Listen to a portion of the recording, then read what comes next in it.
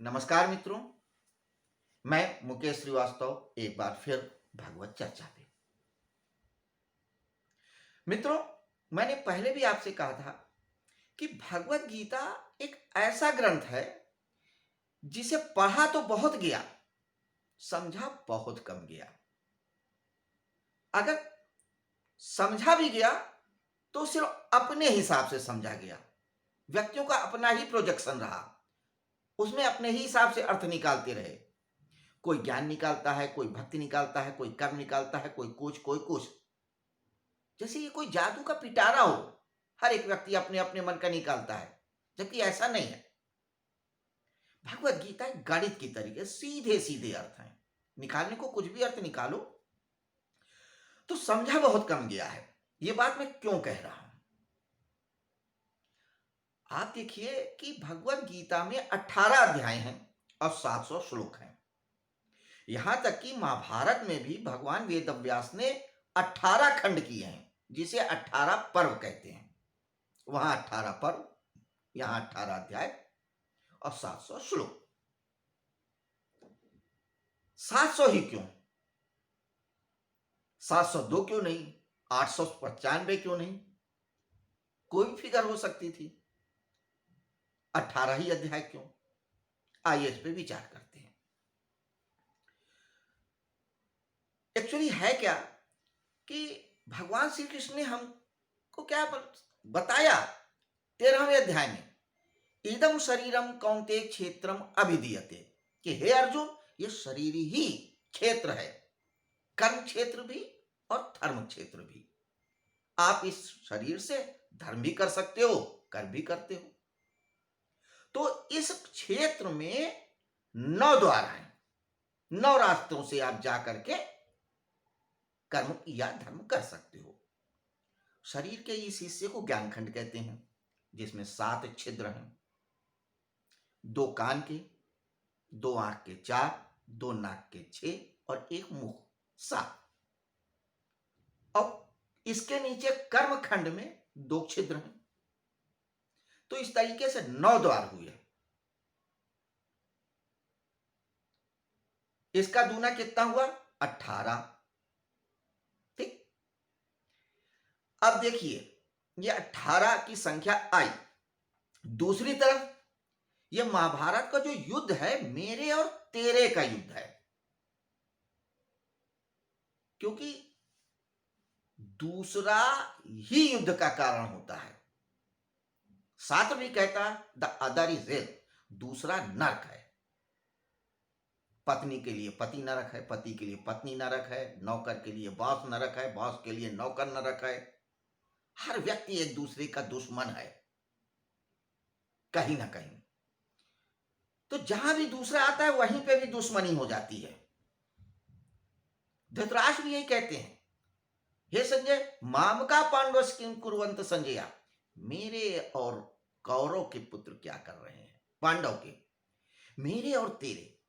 पांडव के पुत्र तेरे तेरे हो गए, दूसरे हो गए, तो ये 2 हो गए, मैं और तू। तो मेरे शरीर में कितने छिद्र हुए? 9। तेरे शरीर में कितने छिद्र हुए? 9, 18। यहां से आई 18 की संख्या। और 700 श्लोक क्यों? जो लोग ज्ञान मार्ग में या तंत्र मार्ग में रुचि रखते हैं, उन्हें मालूम होगा कि हमारे शरीर में 7 चक्र हैं, 7 सेंटर्स ऑफ द पावर और एनर्जी, जिन्हें चक्र बोलते हैं। 7 चक्र। तो जो ऊर्जा होती है इन्हीं चक्रों में स्थित होती है। सामान्यतः सुप्तावस्था में होती है, जागृत अवस्था में भी होती है तो बहुत थोड़ी सी होती है, जिसे जागृत किया जाता है। कुंडलिनी जागरण उसी को कहते हैं। तो ये 700 श्लोकों का संबंध उन्हीं चक्रों से है। एक एक चक्र के लिए 100 श्लोक है। जब आप 700 श्लोकों का मनन, चिंतन, अध्ययन, निधिध्यासन करते हैं तो ये चक्र स्वतः जागृत होते हैं। क्योंकि गीता के ये जो 700 श्लोक हैं, ये मंत्र हैं। मंत्रों में एक ऊर्जा होती है। ये आपके चक्रों को जागृत करते हैं, उस परम सत्ता से मिलाते हैं। तो ये अर्थ समझ में आया? 700 श्लोक क्यों हैं, 18 अध्याय क्यों हैं?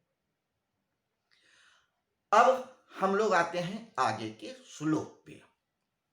तो आज हम लोग आगे के श्लोक पे चर्चा करेंगे। अभी तक हमने क्या देखा कि भीष्म ने शंख बजाया, युद्ध की उद्घोषणा की, प्रत्युत्तर में भगवान श्री कृष्ण और अर्जुन ने और भीम ने बजाया शंख, फिर युधिष्ठिर ने बजाए, नकुल ने बजाए, सहदेव ने बजाए। अब आगे और कौन शंख बजाता है, कौन कौन है, उन योद्धाओं के बारे में महात्मा संजय राजा धृतराष्ट्र को बताते हैं। क्या बताते हैं? काश्यप परमेश्वर शिखंडी चा महारथा दृष्टद्युम्नो विराजस सात्कीर्चा पराजिता द्रुपदो द्रौपदया सर्वसा पृथ्वीपते सौभद्रस महाभाव शंखम तथम पृथक पृथक। अब देखिए किसका किसका नाम ले रहे हैं। काश्यप परमेश्वासा, परमेश्वासा यानी कि जो परम ईश, बहुत बड़े बड़े धनुष चलाता है, काश्यप, काशी राज। काशी शरीर को भी कह सकते हैं, काशी राज।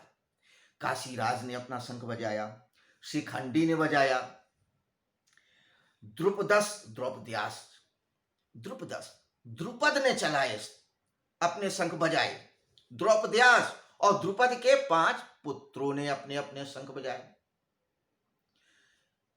द्रौपदी के 5 और पुत्र थे, द्रौपदी के 5 पुत्र थे, एक युधिष्ठिर से, एक भीम से, एक अर्जुन से, एक नकुल से, एक सहदेव से, और उनके भी और दूसरी पत्नियों से भी पुत्र थे।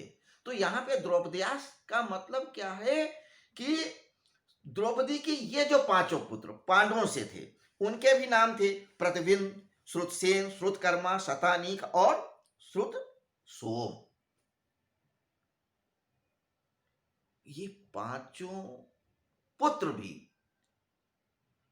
हमारे जीवन के किसी न किसी गुण, किसी न किसी विशेषता को इंगित करते हैं, इनके नाम भी। क्योंकि भगवान वेदव्यास ने जो शिक्षा दिया है उसमें जीवन के सारे मूल्यों को समाहित किया है। तो उनके जो पात्रों के जो नाम है ना, किसी न किसी गुण, किसी न किसी विशेषता, किसी न किसी मनोभाव को इंडिकेट करते हैं। तो द्रौपदी के इन 5 पुत्रों के जो नाम है वो भी इंडिकेशन ही है कुछ विशिष्ट गुणों के। जैसे कल हमने देखा था कि नकुल वो है जिसके अंदर 9 गुण है। इसी तरीके से अर्जुन के नाम की विशिष्टता है, द्रौपदी के भी है, सब कुछ है। तो द्रुपद ने और द्रौपदयास ने, द्रुपद ने अपने जो शंख बजाए और द्रौपदी के 5 पुत्रों ने बजाया शंख। शिखंडी ने बजाया। शिखंडी कौन था, द्रुपद कौन थे, इनके पुत्रों के क्या क्या गुण थे, क्या क्या नाम थे, इन पे हम आगे चर्चा करेंगे। फिलहाल इतना ही कि भीष्म पितामह के शंख बजाने पर क्या प्रतिक्रिया किया पांडवों ने, किसने किसने शंख बजाए, इसका चित्रण किया। अब आप देखिए कि महात्मा संजय जब बात करते हैं शंख बजाने की तो उधर से सिर्फ भीष्म की चर्चा करते हैं कौरवों की तरफ से, जो कि उनके सेनापति थे, और पांडवों की तरफ से तमाम वीरों का नाम ले रहे हैं विस्तार से कि भगवान श्री कृष्ण, फिर अर्जुन, भीम, युधिष्ठिर, नकुल, सहदेव, ये राजा वो राजा। क्यों? क्योंकि संजय के मन में भी चाहत थी कि पांडव जीते, सत्य जीते। हालांकि संजय तटस्थ थे, विवेकशील थे। मैंने कहा संजय का मतलब जो विवेकशील है। तो कोई भी व्यक्ति कितना भी तटस्थ हो, अगर वो विवेकशील है तो सत्य की तरफ थोड़ा बहुत टिल्ट जरूर होगा। और दूसरी बात ये कि इतने लोगों के शंखों के बजाने का विवरण ये है कि जब आप सत्य के मार्ग में हैं तो उसकी आवाज कई सहस्र गुना हो जाएगी और आपके साथ पूरा का पूरा समाज भी जुड़ता चला जाएगा। तो हमने इन श्लोकों में यही देखा। किस श्लोक नंबर पे? आपके 16 और 17 और 18 में। अब आगे के श्लोक में हम देखेंगे कि क्या होता है, इन लोगों के शंख बजाने का कौरवों की सेना पे क्या प्रभाव पड़ता है और क्या प्रतिक्रिया होती है, महात्मा संजय क्या बताते हैं। फिलहाल इतना ही। आपने हमारी बातों को ध्यान से सुना, इसके लिए साधुवाद। नमस्कार।